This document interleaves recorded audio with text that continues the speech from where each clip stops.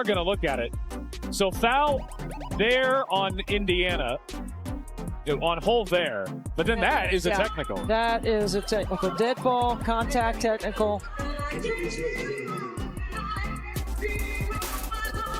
It's a little surprising to see so many of these happen in one game because... Oh, and I don't like the way Lexie Hull... The Indiana Fever rolled into Minnesota to face the Lynx already down 5 key players. Caitlin Clark, Sophie Cunningham, Chloe BBY, Sydney Coulson, and Ori McDonald. With the roster gutted, Odyssey Sims still limped onto the court just to keep hope alive. But then came the real dagger, the officiating. Lexie Hull takes a hard elbow to the face from Kayla McBride, and somehow the refs called a foul on Hull. Caitlin Clark was livid, and honestly, who can blame her? First, the injury crisis. Now questionable calls that seem to tilt the game against the Fever. Are the referees stacking the deck to keep Indiana down? Drop your thoughts in the comments, because this play... Every time a game happens in the WNBA, somebody's getting abused, somebody getting beaten, somebody is getting hurt, man. Somebody is getting hurt every game in the WNBA, and they just fail to realize this, fail to have any protocols on stopping the nonsense, man. My goodness. Imagine stepping into a matchup against one of the league's toughest teams, while more than half your roster is unavailable. That's not an exaggeration. That was a reality for Indiana. Caitlin Clark, out for over a month with a groin injury. Sophie Cunningham, done for the year with an MCL tear. Chloe BBY, battling a knee issue. Sydney Coulson, season-ending ACL tear. And Ori McDonald, gone with a right foot injury. That's 5 players, completely gone. Odyssey Sims, signed on a hardship contract, and essentially the backup to the backup to the backup for Caitlin Clark, wasn't even healthy. But with no depth left, she still dragged herself onto the court. Just hearing that list of absences is exhausting. Now imagine being asked to compete at a professional... The Indiana Fever's injury bug is getting into spooky territory. It seems like there's a new player every single day that's getting injured. Right now they have Caitlin Clark out, not sure if she will be returning this season. Sid Coulson out with a season-ending ACL tear. Ori McDonald out with a season-ending fracture in her foot. Sophie Cunningham out with a season-ending MCL tear. And then just today, before the game, they announced that Chloe Bibby would be out with a knee injury, and basically they just said it's soreness and they're just playing it safe. This avalanche of injuries hasn't just taken away Indiana's star power. It's shattered the very foundation of their rotations. Overnight, the entire guard and wing depth disappeared, forcing players like Lexie Hull and Kelsey Mitchell to carry an impossible load.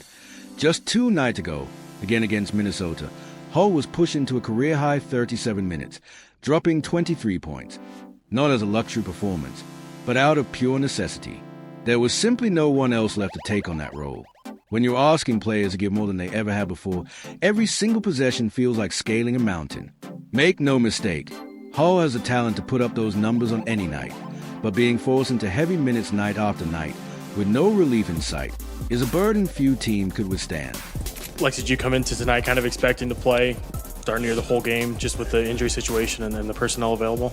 Damn, you played 37 minutes. I mean, you played a lot too, Kels. What did you play? 35. I mean, yeah, we're down people, so gotta suck it up, play a little tired a few minutes, and take in those timeouts as best we can. But yeah, I mean, we're down people, so everyone's got to do a little more.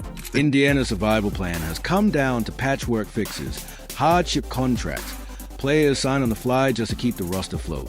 Some barely had time to unpack their bags before being thrown straight into the rotation. Odyssey Sims, still fighting through her own injuries, was asked to steady the team. Ariel Powers, another late arrival, was tossed into major minutes without the luxury of building chemistry. One by one, these players were handed critical roles with no preparation, no rhythm, and no margin for error. The result? A group trying to build cohesion in real time, while opponents waste no time exploiting every gap. It's a brutal reality that no team should have to face. We've had 3 players in the last I don't know how many days, and 2 of those players are point guards, so not really. But you know, at the same time, our ability to make plays out of what we have, right? I think a lot of our spacing allows players to do what they do best, creates opportunities for them to be successful, and then it's just making the right reads and finding the right pass, on time, on target. And some of that is with experience with your teammates, and some of that is instinct. And so we are trying to do as much as we can to put players in position to use those instincts. Even head coach Stephanie White admitted the physicality Indiana faced was more than this short-handed roster could handle, and calling it different might actually be too kind. Every drive, every defensive stand demanded maximum effort from a lineup with paper-thin depth. Still, Kelsey Mitchell refused to fold. She poured in 26 points, fought through traps, battled relentless defense, and at times looked like she might single-handedly keep the Fever alive. That's a superstar-level performance. But when the rest of your offense is pieced together with players signed out of desperation, there's only so far one player can carry you. At this rate, the Fever are going to end the season with a completely different team than what they started the season with. And even the players that they're bringing in on hardship or that they're signing midway through the season, they're now going down with injuries. The season from hell would be an understatement on this team right now. This loss wasn't about effort. It was about survival. The Fever battled with grit through a nightmare scenario, refusing to fold even while outmanned at every position. But as brutal as the injuries were, they weren't the most damaging factor of the night. The referees made sure of that. Here's Mitchell. I think that's a 2. Doesn't go. And now it's McBride getting Hull. That one might be a problem. Indiana just taking shots to the face. What happens when the referees become part of the problem?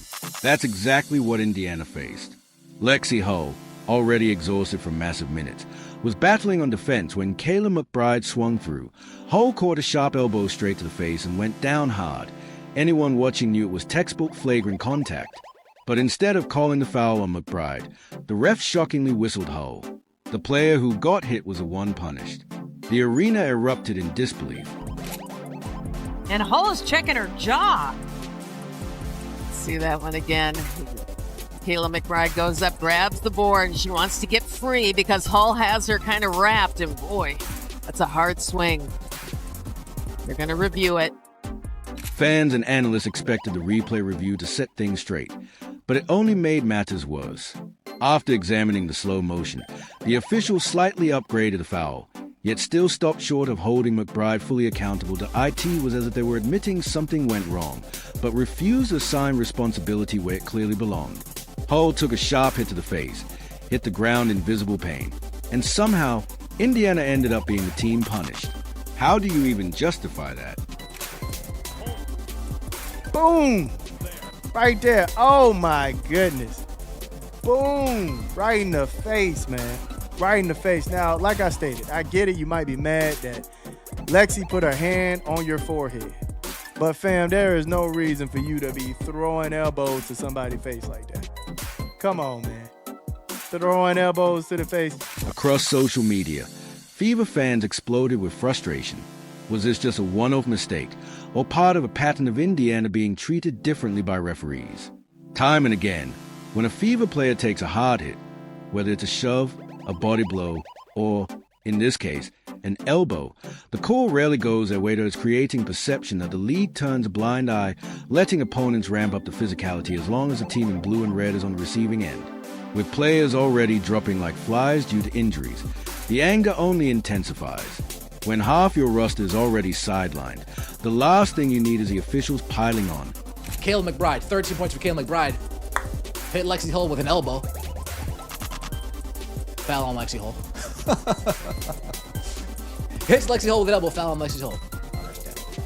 Minnesota played a physical game all night, and while toughness isn't illegal, the problem came when Indiana's efforts to push back weren't met with the same whistle. Coach Stephanie White even hinted that the game was called differently, subtly pointing out that her team wasn't on equal footing with their opponent. Anyone watching could see it. Drives by Fever guards went unpunished, while the slightest contact on the other end drew immediate whistles. With every inconsistent call, frustration simmered higher, both on the court and in the stands. This was intentional. Now, if it wasn't intentional, okay, give it a flagrant one. I understand it. She wasn't trying to do it. Cool. But this was intentional. All right? She had malice on the heart with this one. Bad intentions. Okay? She was trying to wreck some stuff up there doing this. Hey, let's just keep it a grand, man. Let's just keep it a grand. Kayla McBride was trying to knock Lexie right on her booty cheeks, but she succeeded at, fam. Knocked her clean out. Look at this. This wasn't just a missed call.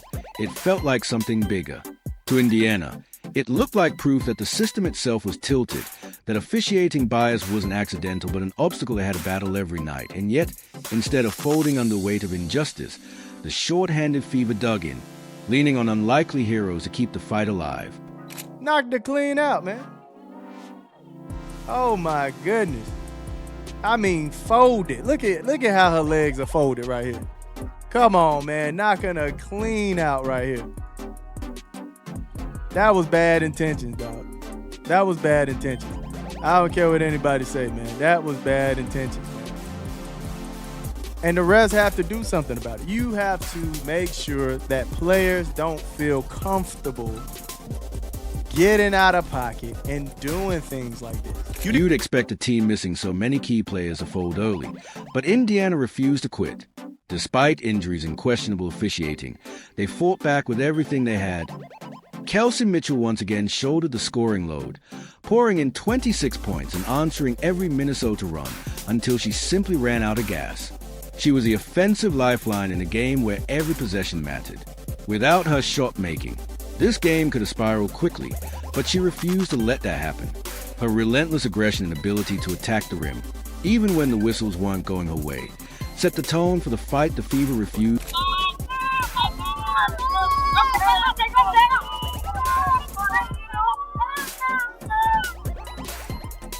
Indiana started this game 9 of 13, but has missed 4 straight until Shea Petty